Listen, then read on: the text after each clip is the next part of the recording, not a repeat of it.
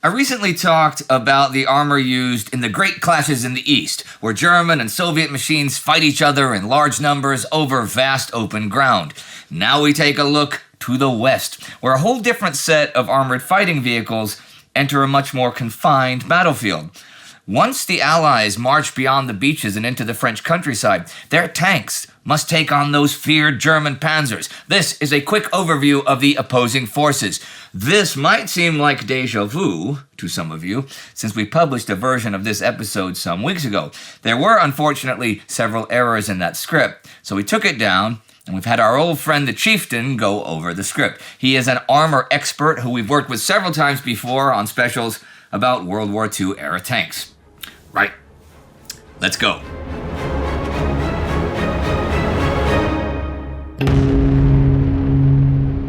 I'm Indy Neidell. This is a World War II special episode about armor on the Western Front, 1944. The armor of the invasion force that lands in Normandy is pretty much all organized after one of the two leading Allied powers there. One is the American model, which also includes the French 2nd Armored Division. In general, U.S. tank units remain organized as either battalions in armored divisions or in independent tank battalions attached mainly to infantry divisions, though generally the battalions are similarly configured. The infantry in armored divisions are also mechanized in half-tracks. The M5A1, with its thin armor and 37mm gun, is pretty obsolete at this point, and is usually put into cavalry and recon units alongside armored cars to scout ahead or support the infantry.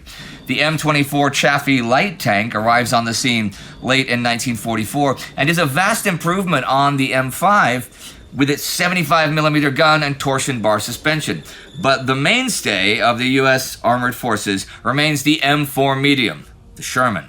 Though the M4 was arguably the best tank in the world upon its introduction in 1942, by the second half of 1944, the original design is showing its age, and the M4 at the end of the war will be radically improved over the earlier generation. The radial engine variants see a horsepower boost, and the A3 with the Ford V8 has become the preferred variant for the U.S. Army. While factories produce improved tanks which incorporate the lessons of combat, a quick fix improvement program is initiated, which allows field modification to vehicles already overseas. This added cheek armor to the turret front, where the metal had been ground down to make room for the power traverse, additional armor on the sponsons protecting ammunition, and improved telescopes. Other field modifications include the retrofitting of a loader's hatch, springs for the hatches to open more easily, and a new vision cupola for the commander. One of the most important improvements from the factory, which cannot, however, be retrofitted, is the incorporation of wet stowage and large front hatches. This protects the ammunition and reduces the chance of an M4 catching fire from a level pretty much average for a tank of the time, about 60 to 70%, down to 10% or so. The large hatches make escape easier and also simplify production with the new front slope. The second improvement is a new suspension type, the horizontal volute spring suspension, commonly known as the Easy 8 type, which includes wider track and gives a better ride and increased flotation. The last major improvement of the M4 is the introduction of a high-velocity cannon. The U.S. had started testing 76mm guns in 1942 before anyone had heard of a Tiger or Panther, but Armored Force refused to accept the poor ergonomics of the big gun in the small turret. It wasn't until early 1944 that the new 76mm Sherman with a new larger turret started being produced. This gun is extremely accurate, fast, and much harder hitting than the older 75. Though not as popular as you might think, because the 75 had a better explosive round, suited for the majority of targets encountered. Although nearly 276mm tanks were in the UK ready for D-Day, the units did not think it was worth the logistical and training hassles to bring in a new gun just before the invasion. Now, the British had a different perspective entirely. They crammed their own 76mm gun, the 17-pounder, into the old Sherman turret, ergonomics be damned, and they brought their tank killer to France on day one of the invasion. This is a substantially more powerful gun than the American one. The installation and other liabilities result in a less capable overall tank. But if you have to punch a hole in a Panther or the like, it is the best tool for the job.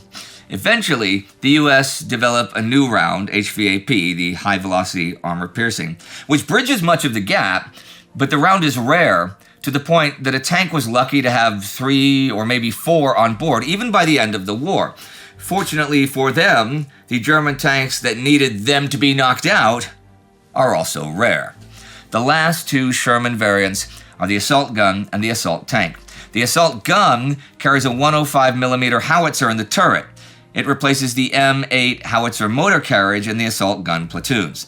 The assault tank is the M4 A3E2, commonly known as Jumbo. This tank has almost double the standard levels of armor, and though limited in mobility, is tough enough to have a chance of shrugging off even hits from an 8.8.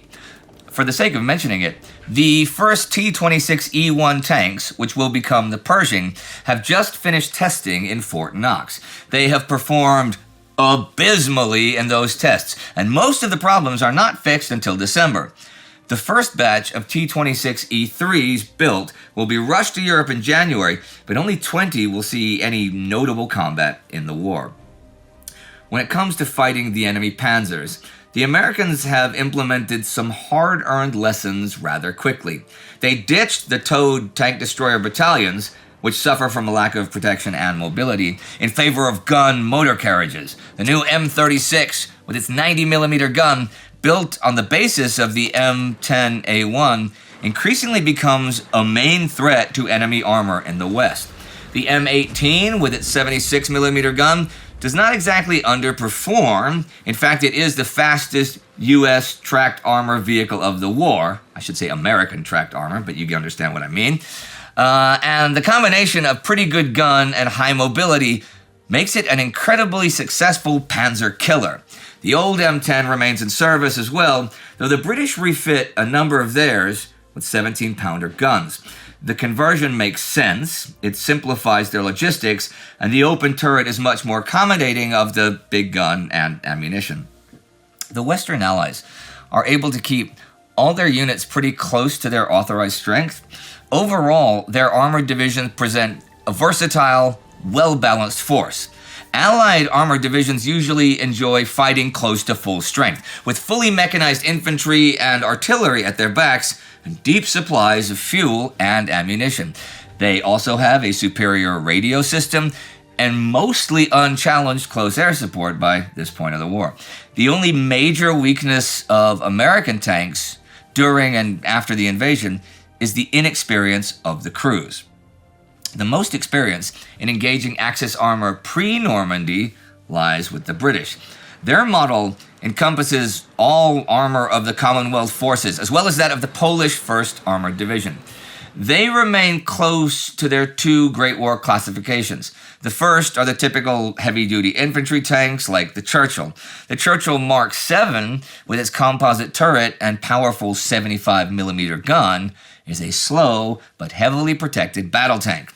Its frontal armor is even thicker than the German Tiger I and can shrug off damage that would send others to the scrapyard. It is also suited to the British love of specializing things. The Churchill AVRE, Armored Vehicle Royal Engineers, for example, comes in a variety of models with a variety of attachments, as we saw during D-Day. Some are armed with a 29mm spigot mortar fired from a 230mm barrel. This petard can launch 13 kilos of explosives against strong points and turn them into not-so-strong points in just one direct hit. Other variants included one able to install girder bridges or carry fascines. Those are the big bundles of wood deployed to fill ditches. Another version of the Churchill is nicknamed the Crocodile. This is a flamethrower tank, and unsurprisingly, the enemy infantry are quite fearful of it. All of these funnies were owned by the largest division of the war, the 79th under Percival Hobart, a most underrated general. The second class is the cruiser tank. The cruiser is designed to exploit and widen an active breakthrough. Cruiser tanks like the Cromwell are generally lighter armored but faster than the infantry tanks. Once the Cromwell IV gets its upgraded 75mm gun, similar to the Sherman or Churchill's, it is a solid universal tank, powered by the excellent, though thirsty, Meteor variant of the Rolls-Royce Merlin engine. The Cromwell is faster and more maneuverable than the Sherman, and its low hull offers a smaller silhouette. On the other hand, it's a bit more cramped, and because the 17-pounder variant, the Challenger, is troubled, most Cromwell units must wait around for their accompanying Sherman Fireflies anyway. The ultimate version will be the Comet, with its 77mm gun, a cutback 17-pounder. The true next-generation cruiser, the astonishing Centurion, will only be completed just after the war's end. By character, the British Tank Division is less of a tank, but much more of an armoured division. Of its dedicated 3,414 vehicles, only 290 are actual battle tanks. The rest are hundreds of armored recon cars and multi-purpose universal carriers, caterpillars, and trucks. The British tanks are supported by a wide array of tank destroyers and self-propelled guns, like the Archer, which is basically a Valentine hull with a 17-pounder gun. Similar is the self-propelled 25-pounder gun Sexton, based on the M7 Priest. The Cromwell variant Centaur IV has a 95mm howitzer, but only a handful make it to the continent over the summer. With its Liberty engine, it is not a preferred variant, and the Cromwell VI takes up the close support role. As for the Germans, the armored clashes in the West in the summer of 1944 all but rout and destroy the German tank divisions. So, out of necessity, German High Command reauthorizes the use of Panzer brigades, a practice which saw major success in counter-striking Soviet breakthroughs in the East. But the belief that such armored fists could achieve the same effect by striking deep into the Western Allied flanks is not only misplaced, but proves disastrous. The well-equipped and supported American forces counter their attacks and inflict unsustainable losses on the German tankers. When the American Third Army pierces the German lines at Avranches in August, the impact of those losses results in an Allied breakthrough. Forced onto the defensive, German High Command, as you may guess, plans for a new offensive to turn the tide. But to prepare for such a haymaker in the coming winter months, the Wehrmacht is forced to refit all those panzer units that were badly mauled over the last few months. This, of course, absorbs much-needed industrial space, further reducing the output of new tanks that are desperately needed pretty much everywhere. Monthly production only averaged 750 tanks a month before the summer, and now the Reich's armor industry is hit hard. Strikes against the Panther plant at Nuremberg or the Tiger plant at Kassel mean that months of production can be lost pretty quickly. Pre-Overlord, Panzer regiments had only 22 tanks per battalion on average. By August, this falls to 17, and by November to 14. Supplying spare parts has almost completely ceased by the end of the year, and even camouflage paint must be conserved. What comes down the assembly lines is given primarily to the new elite outfits or some other veteran Kampfgruppe, while the regular Panzer arm gets weaker and weaker. This makes plans like replacing all medium Panzer IVs with Panthers simply unfeasible, and the old workhorse stays in business. With the version H, the Panzer IV still compares fairly well to the newer Shermans, yet future plans call for a shift away from its typical tank design and closer towards that of a self-propelled gun, getting rid of the turret in favor of a lower silhouette and a stronger 75mm gun creates the Jagdpanzer IV. Basically a Stug for the Panzer arm, the Jagdpanzer IV is for fighting over long range with exceptional heavy frontal armor. Same idea goes for the even more sophisticated Jagdpanther, or the cramped budget version, the Jagdpanzer 38T Hetzer. Lighter open-topped Panzerjäger like Marder are dangerous and cheap, if vulnerable. Speaking of the Panther, the Panzer V, the version G has now finally overcome many of its glaring mechanical problems. though the stronger transmission gears developed for Panther are never installed in Panther. With its sloped glacis armor, it isn't really threatened frontally by anything but the 90mm gun of the M36 tank destroyers or enemy HVAP or sabot rounds.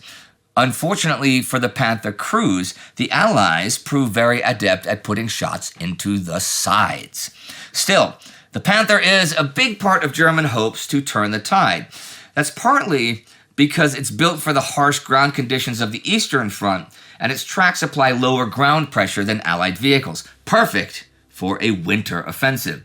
Similar hopes ride on the new game-changer in the field, the Tiger II. The Panzer VI version B, more commonly known as the King Tiger, is the Tiger tank everyone has wanted from the start. On paper, it presents a nearly indestructible killing machine. In reality, it is ridden with problems. Like all German heavy, or super heavy tanks, if you like, the King Tiger suffers from a severe lack of stamina.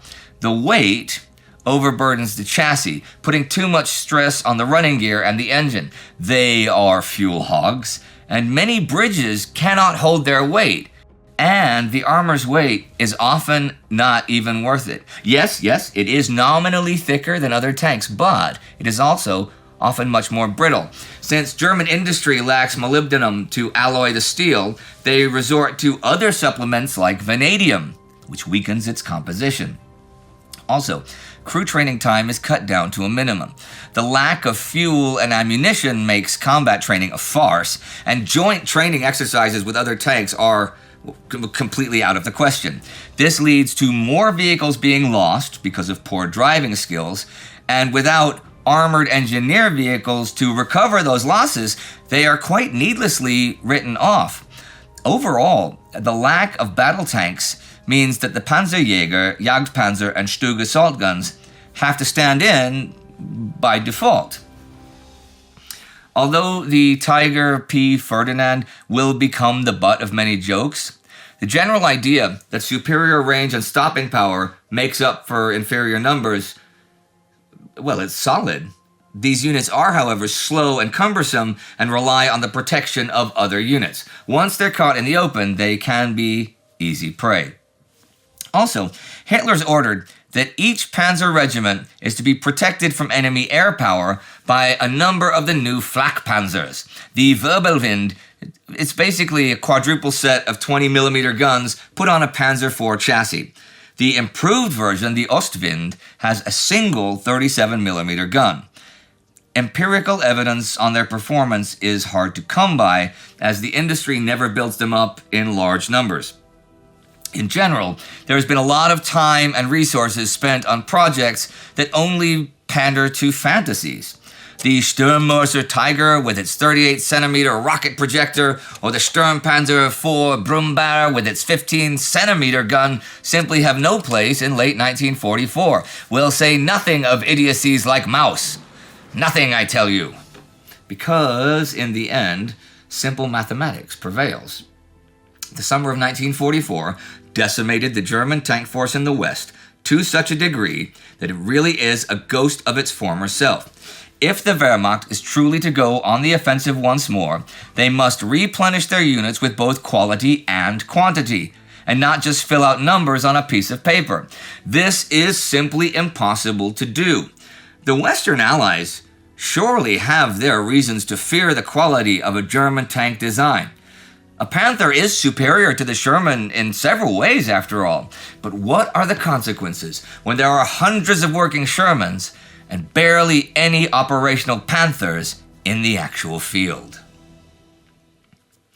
I mentioned that the Chieftain went over this script fact-checking and correcting things, and I'll give him a shout-out once again for doing so. You should, of course, check out his channel, The Chieftain, and if you want to see an episode he did for us, here's one from a while ago, a deep dive into the Tiger I. And you can join the Time Ghost Army at timeghost.tv or patreon.com for more specials like this one and that one. Do not forget to subscribe. See you next time.